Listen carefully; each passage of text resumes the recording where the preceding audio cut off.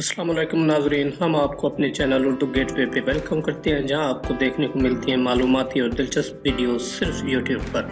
अगर आपने अभी तक हमारा चैनल सब्सक्राइब नहीं किया तो अभी सब्सक्राइब करें और बेल आइकन को क्लिक करके हमारी लेटेस्ट वीडियोस के बारे में अपडेट रहिए। सब्सक्राइब कीजिए और हम आपको लिए चलेंगे आपकी फेवरेट वीडियो की तरफ। Thanks for watching.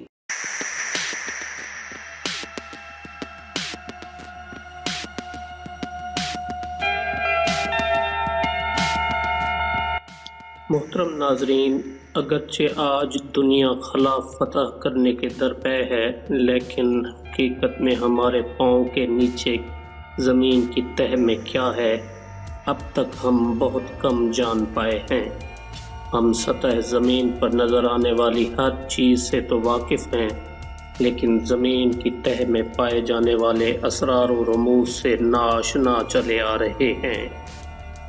ज़मीन की तह के नीचे क्या है, इस हवाले से 1951 में एक अमरीकी इदारे United states centre for coastal and ocean mapping ने पैसिफिक ओशन यानी बहरे ओकियानूस में मारियाना ट्रेंच के मकाम पर ज़मीनी हक़ाइक़ जानने के लिए एक गहरा गड्ढा खोदना शुरू किया और 10,994 मीटर यानी तकरीबन 11 किलोमीटर खुदाई की और बाज़ हैरान कुन हक़ाइक़ के पेश नज़र मजबूरन खुदाई को रोकना पड़ा।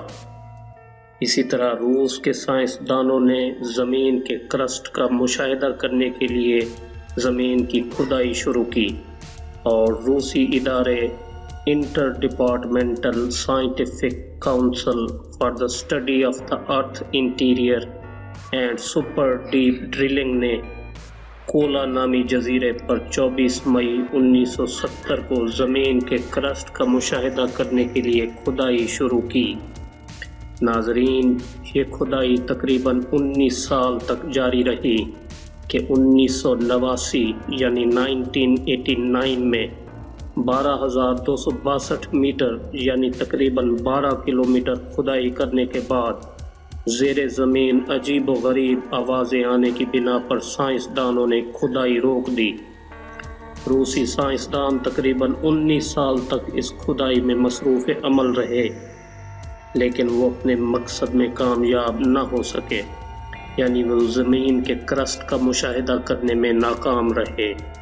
ताहम वो 1989 तक 12,262 मीटर गहरा गड्ढा खोदने में कामयाब रहे और दुनिया के सबसे गहरे गड्ढे का रिकॉर्ड बना डाला, और यही रिकॉर्ड आज भी कायम है। 2 दहाइयों तक Kola super deep bore hole एक बड़ी कामयाबी के तौर पर माना जाता रहा। सालों की खुदाई के बावजूद साइंसदान अपने मकसद में कामयाब न हो सके, क्योंकि उन्हें वो शय नहीं मिल रही थी जिसे वो हासिल करना चाहते थे।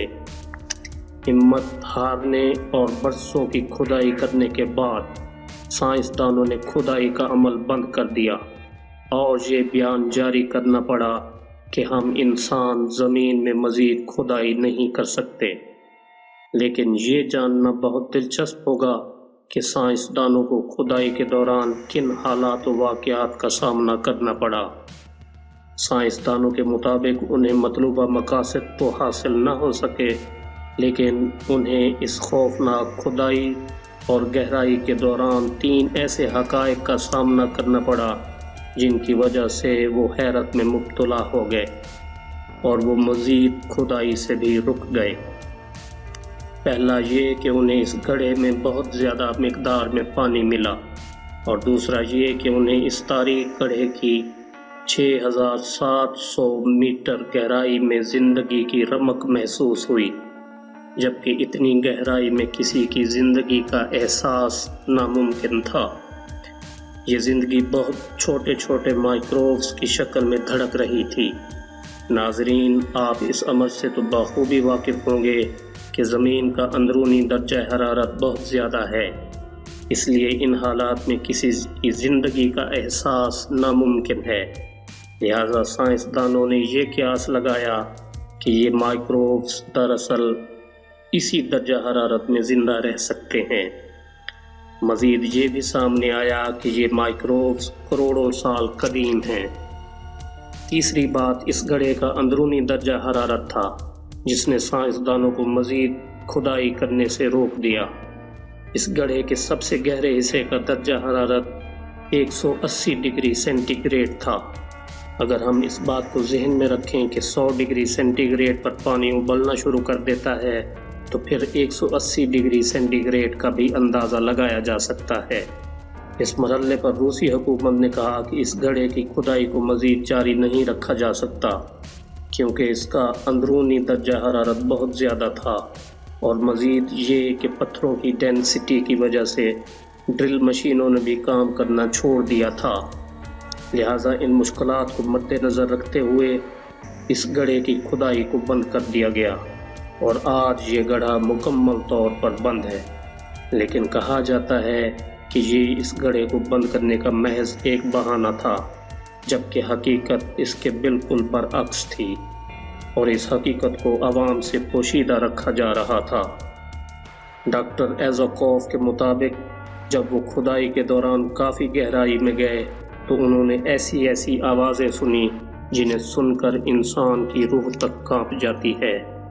ٹیکٹونک پلیٹس کے علم کی غرض سے جب وہ اپنے کام میں مصروف تھے تو انہوں نے ایسی ڈیوائس جو ٹیکٹونک پلیٹس کی دریافت کے لیے استعمال کی جاتی ہے کہ مائکرو فون سے ان دل دہلا دینے والی آوازوں کو کیچ کر لیا۔ ڈاکٹر ایزوکوف کے مطابق انہیں یہ آوازیں جہنم میں موجود لوگوں کی آوازوں جیسی سنائی دیتی تھیں، کیونکہ انہیں سننے پر ایسا معلوم ہوتا تھا کہ جیسے انسانوں پر ظلم ڈھائے جا رہے ہوں اور وہ چیخ و پکار کر رہے ہوں۔ ان کا مزید کہنا تھا کہ اگر وہ مزید کھدائی کرتے رہتے تو وہ کہیں جہنم کے سرے تک بھی نہ پہنچ جاتے۔ دوستو، اس آواز کو ملاحظہ فرمائیں۔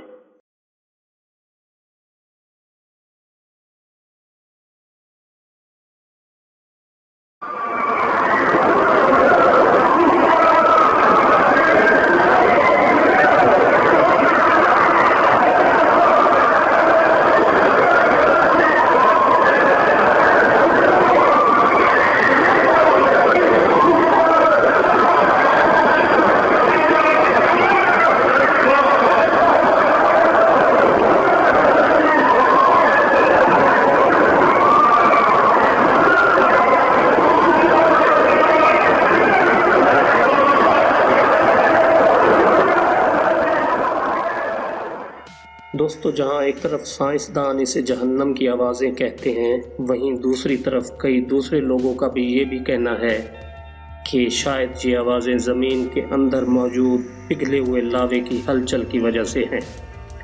اگر ہم بھی غور کریں تو معلوم ہوگا کہ یہ آوازیں اسی طرح معلوم ہوتی ہیں کہ جیسے لوگوں پر ظلم و ستم ڈھائے جا رہے ہوں اور وہ چیخ و پکار کر رہے ہوں، جبکہ حقیقت تو یہ ہے کہ کوئی بھی اس حقیقت سے پردہ نہیں اٹھا پایا، اور یہ بھی ہو سکتا ہے کہ یہ آوازیں کوئی فیک ساؤنڈ ہو۔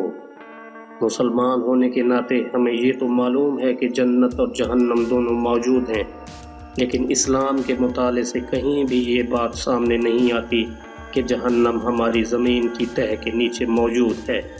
لہٰذا یہ آواز کسی ایسی چیز کی ہے جس تک انسان کی رسائی شاید ممکن ہی نہ ہو۔